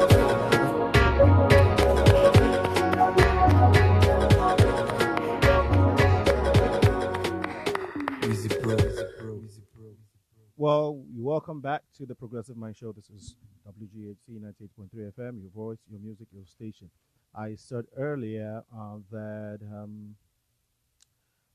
if you're interested in learning more about church history and religious leadership and leadership in general, also learning more about marriage, the institution of marriage. Let me put it that way, okay, and so forth. It's a wonderful man who is versed with this knowledge, and he is in the person of Reverend Dr. Leaford Bohine. He is the head pastor of Christ Center of Hope Assemblies of God Church. It's located at 5534 North Kedzie. It's right across from the North Park High School. Okay, every Saturday he holds his class from 10 to 12. If you are interested, you can contact the Progressive Mind Show, and we can definitely get in touch with you. Next week, I'm definitely going to be giving you the number so you can ring directly and have and ask for more details regarding this wonderful leadership class. And actually, it's a certification program. So after a period of time, once you are through with the class, you'll be given a certificate to pursue whatever you want to pursue it with. Okay, so you might just want to give it a try. It will be worth it. It'll be worth it. All right, lady and gentlemen, the issue of having our youth involved in this conversation is what we last were discussing. And I know, Bill, you wanted to say something with regards to that. If not, we can just go to the next topic, Sure. the next question. I just had a comment about the importance of involving our youth. You hit the nail right on the head with that one. Uh, the youth are our future, and if we haven't developed them for leadership, and if we have not given them the tools to help build our communities and be true leaders, then we've missed the boat. We haven't done our jobs. So, what do we need to do? Uh, of course, these kids need mentoring. They need basic education. They actually need to graduate from elementary school and high school competent, not only just competent in reading, writing, and arithmetic, but they need skills. People should actually leave school with skills. I remember when I was in high school in Birmingham, Alabama, we had a tailoring class, we had auto mechanics, we had a mechanical drawing, Right. we had home economics, we had music. Where are all those programs today? We settle for too little for our youth. We have to advocate and we have to re-educate ourselves with new tools to help them and to help our families transform. I like the last thing you said. New tools, new strategies. We got to find a way of making this conversation attractive to them. Right. And I think that's one of the key things we have to do. Is there a fierce agency of now for the issue of unity? Is there a fierce agency of now? Yeah. Why is that? Because of the state that how we're falling behind. Okay. Right. Here, like I told you, we have a 24% poverty rate, and depending on the communities that you're in, when it comes to certain, Inglewood is 48, Riverside, Riverdale 58%. Right. We have high poverty.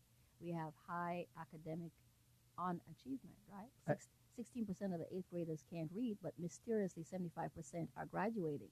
So you know there's some fraud going on because the children can't read at eighth grade, right? How are they graduating at such? So this then becomes a problem for us as a people because we have all these semi-literate people who are in our communities. That's why you see voter turnout is low, because when you're more educated and when you have critical thinking skills, you're able to engage, right, to hold your school officials accountable, your elected politicians accountable. You're just a better citizen, right? So as it relates to unity, again, when people have a more secure lifestyle, then they have more time for the arts and the cultures. And that's some of the things that the children should be doing, right? And you were saying the reason why it's an issue of the fierce. I mean, it's an issue of the fierce agency of now is because of the blatant poverty level that is plaguing our communities. Yes. And when you say that, it's not just the African American community here in the States, but it's the Black or African community all over the world. If you go to the That's right. if you go to the Caribbean, Same thing. if you go to the South Americas, they are seen, especially in Mexico.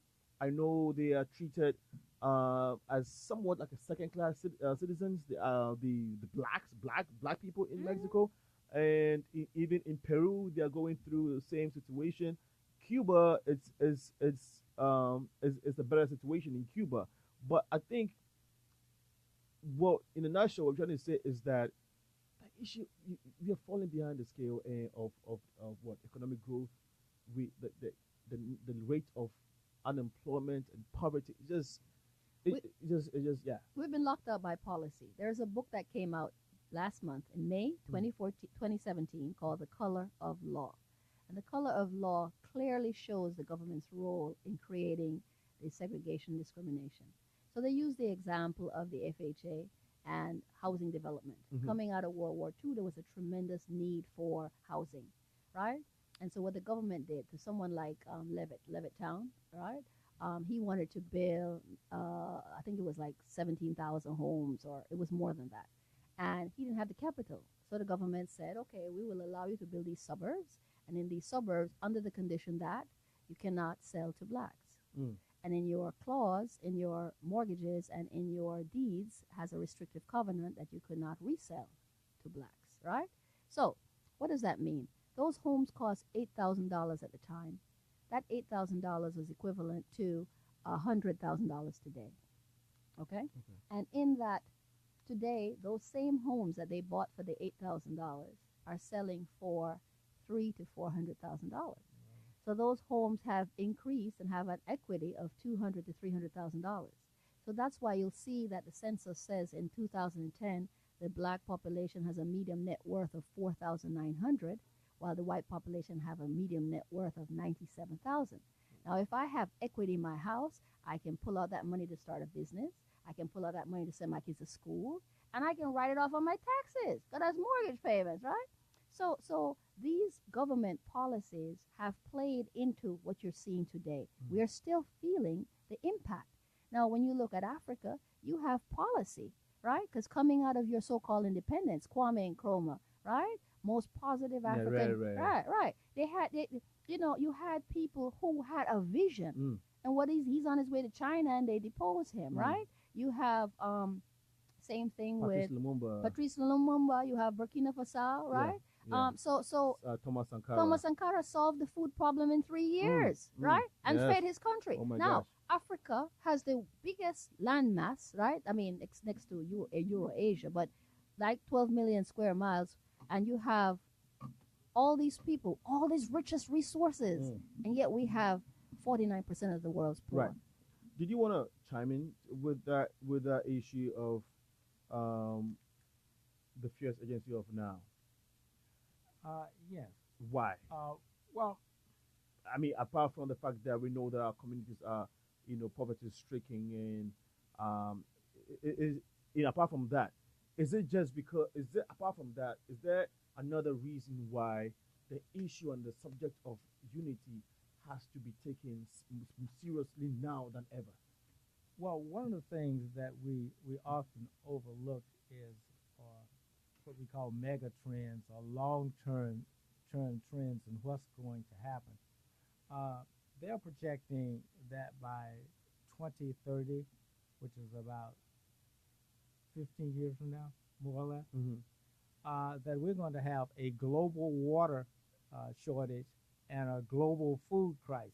Now, the Afro-descendant community already has a disaster when it comes to health, wellness, food, and water. Okay. Now, imagine what's going to happen if we have a A global water and food shortage. Right. It will be a total It'll be a disaster. Right. Also, we are 200 years behind here in the U.S. Yes. in economics and wealth. What's going to happen if we allow that to continue? Our condition will not get better. It will only get significantly worse. So we need new tools and new strategies. Right. That's why we focus on rapid transformation. And there are many tools to solve the food crisis in 3 years. Yeah. There are all kinds of tools and best practices like that. We just have to look for them, and we have to train our leaders to see them and to take advantage of them. And this creates opportunity for our youth, right? Yeah. They're coming out of school, now they have purpose. What wakes me up every day is purpose. I clearly see the light at the end of the tunnel, right? Yes. And that's what unity will do. Because you may have an African American who has a skill that you need, or you may have an African, or you may have a Haitian, or you may have right? But we are one people. When those one people come together and put our talents, they say one cook a full basket, right? Put all them talents in that one basket, but begin to work for our collective good, we will have a good result. And that was what I was going to say. I was going to say the other reason for the fierce agency of now is because of the generations coming after us. Yes. They have to be able to look up to something and say, okay, there's hope for me because this is what I see. And this is the kind of conversation, and this is what we are talking about. All right. So we'll give you some time to talk about your individual organizations and how it can impact this the overarching topic or conversation. How do we get other organizations who might not necessarily belong to the black or the African community to join us? Because in as much as we're trying to do this, trying to bring unity, we need resources, both human, technology, and I think monetary. All right. So, what are some of the strategies? Maybe briefly, 30 seconds to GP, maybe because we are running out of time. What are some of the strategies that we have in place to pull, outside resources from outside, get people who might not belong to our community or who might not sympathize with our community to join the bandwagon, or at least use their resources to the benefit of what we're doing to this unity project? Before you go out, you should look within. Okay? America has 45 million people, black people, and we have 3 billionaires. Africa has more billionaires than America. I think it's about 8 of them. You have people like Dangote, right? Aliko Dangote in Nigeria, right? So what is their responsibility? When you look at Rockefeller and some of the philanthropists, white philanthropists that are here, that Carnegie, right? So even a Facebook guy. Yes, right. So I mean, it's nice that Bill Gates has programs, and Rockefeller Foundation and Ford Foundation. You can get grants, and you can get grants for different things. But what about our own personal responsibility, right? When people are buying life insurance, you buy policies that when they are dead, they bequeath to organizations that are, about the community. So I think that we need to get from beyond just surviving to actually thriving, and that requires a mindset change, right? We have to see ourselves there, and we have to begin to approach things in a much more progressive, proactive way rather than reacting. We don't need anyone to come and rescue us. We can rescue ourselves. Did you say progressive? Yes, progressive, because when you look at I'm just saying we are on progressive minds. Yeah, I'm just saying. There's a myth that when they looked at the numbers for aid that came to Africa, there was actually more money leaving Africa, right, than the aid that was coming in. Yet there's always this image that, the poor, hungry African, or we're always hungry and poor wherever we are, right? However, people find a way there to come and steal the resources that we have, or have unfair trade practices. The bottom line is this: our children must be educated, right? They must be taught how to think critically. They must become active members of our community. We must begin to see their future, and they must become part of the solving the solutions for our future. We must train them for that. All right. Okay. All right. Listeners, we'll be, our time is almost done, but we'll be going for one musical break. When we'll come back, we'll continue with the Progressive Mind Show. Stay locked down. This is WGH 98.3 FM.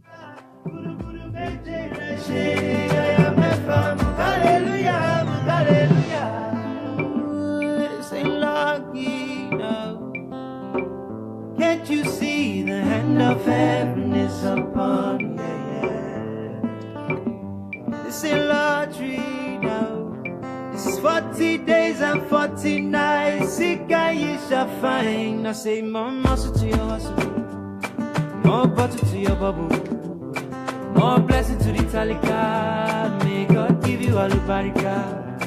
More muscle to your hustle, more butter to your bubble, more blessing to the talika. May God give you all the barika. I was lost inside the desert, vultures circling round my head, but thanks to God now I made it out of there. I was just another sheep inside the belly of the beast, but thanks to God now I made it out of there. Guru Guru Meje Leshe Yaya Mefa Hallelujah. Guru Guru Meje Leshe Yaya Mefa Hallelujah. Guru Guru Meje Leshe Yaya Mefa Hallelujah. Guru Guru Meje Leshe Yaya Mefa Hallelujah. Hallelujah. Hallelujah. Hallelujah. Hallelujah. Hallelujah. Hallelujah.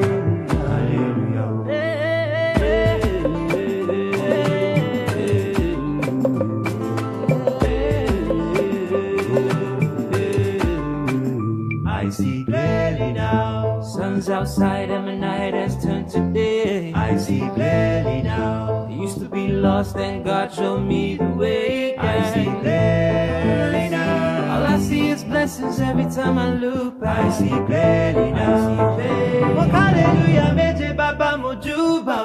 Guru guru meje leshe. Hallelujah.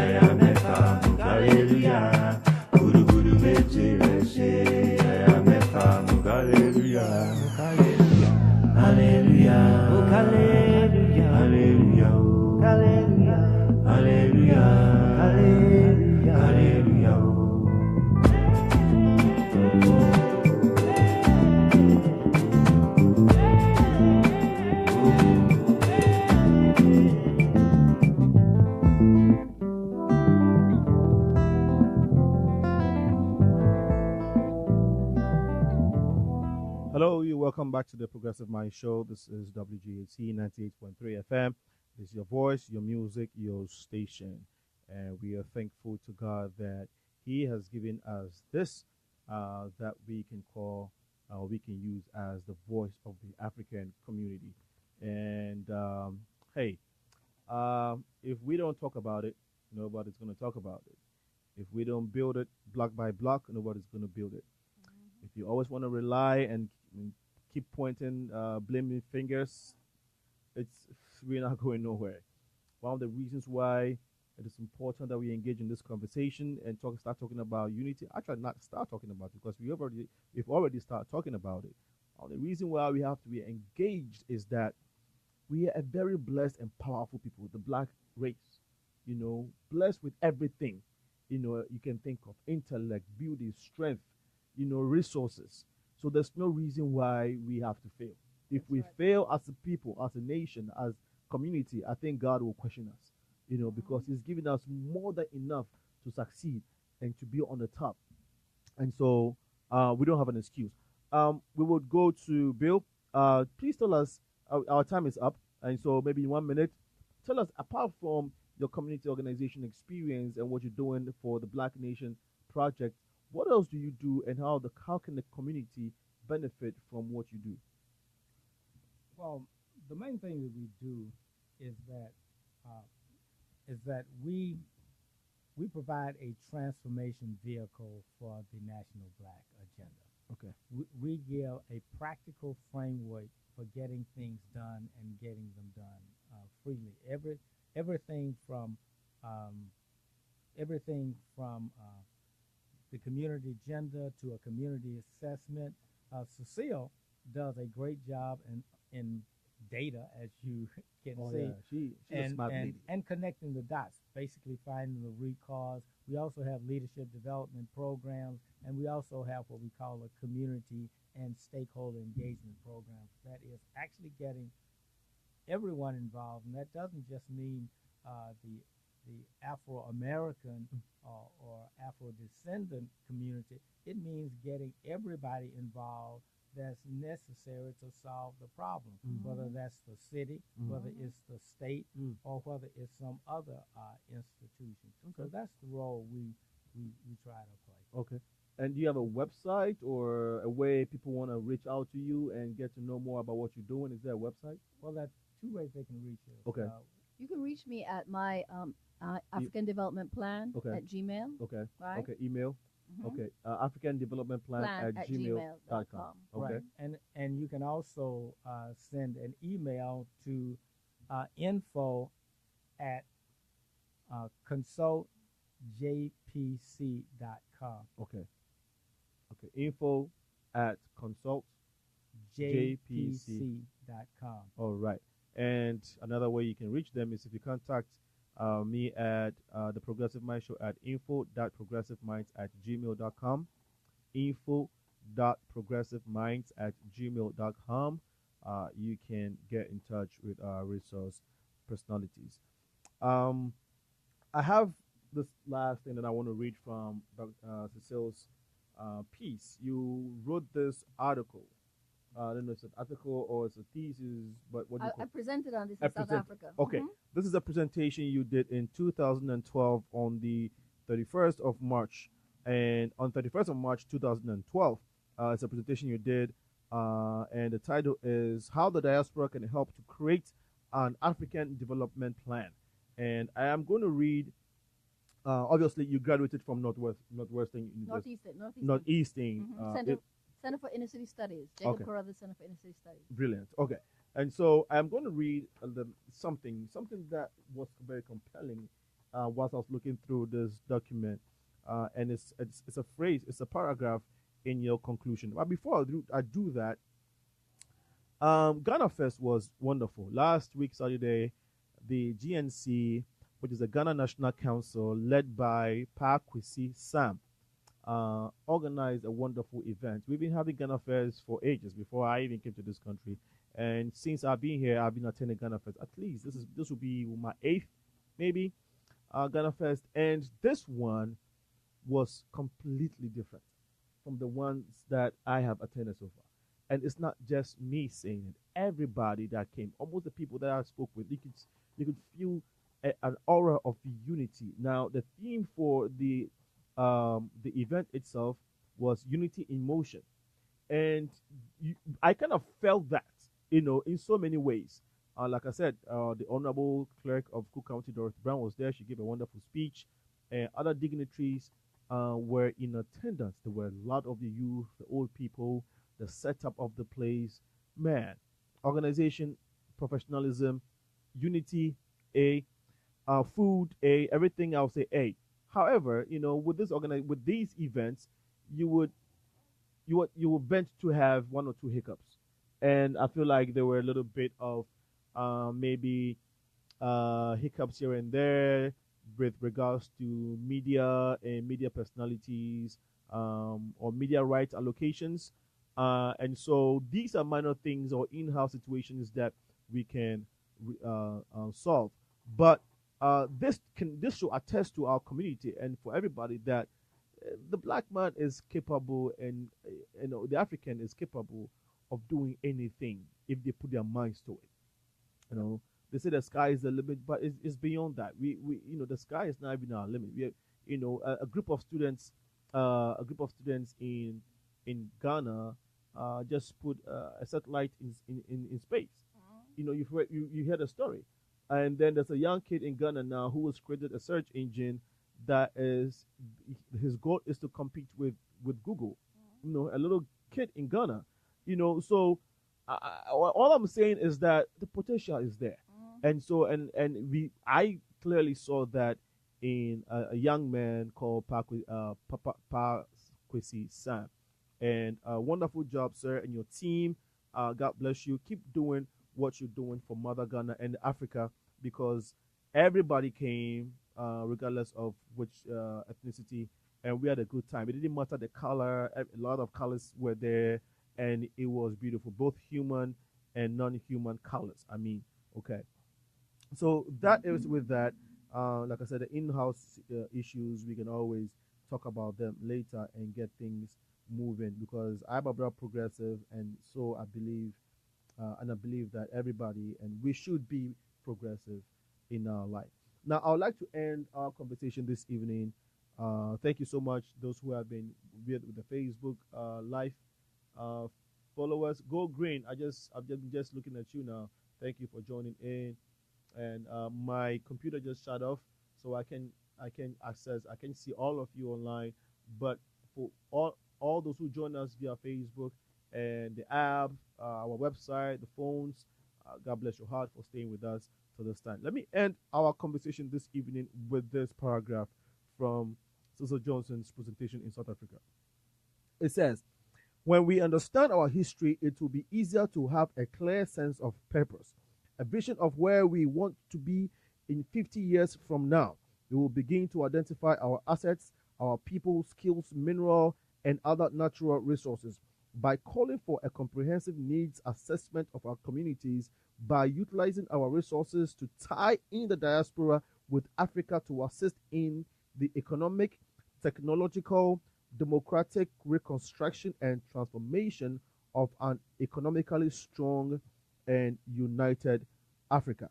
With this understanding, we will know that we do not need anyone to rescue us." I'll read that again and underline this. With this understanding, we will know that we do not need anyone to rescue us. We are capable of rescuing ourselves. This does not preclude others helping us, but we must be in the mind that we can rescue ourselves. What a powerful phrase. I love this one. And I'll leave you with this. Keep pondering on this, and keep pondering on the necessity of unity in our African community.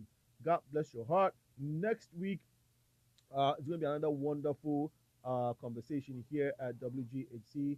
Keep the dial locked. We shall be coming your way again. God bless you. Stay. I'll say, keep having fun. It's summer because very soon winter is going to be here, and we don't want it. All right. It's bye for us from the studios of WGHC 98.3 FM, Progressive Minds. This has been your wonderful, your guest, Senna. And thank you, my guests, for coming on the show, Cecile Johnson and William Patterson. God bless you. See you next week, folks. Guru guru meje leshe yaya mefa hallelujah.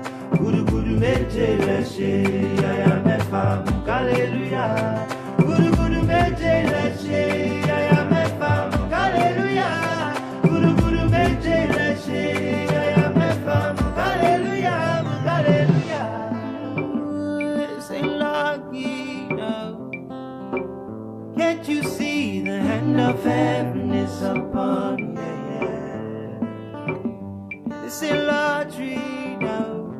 This is 40 days and 40 nights. Sick and you shall find. I say more muscle to your hustle, more butter to your bubble, more blessing to the talika. May God give you all the barika. More muscle to your hustle, more butter to your bubble, more blessing to the talika. May God give you all the barika. Lost inside the desert, fortune set me around my head, but thanks to God now.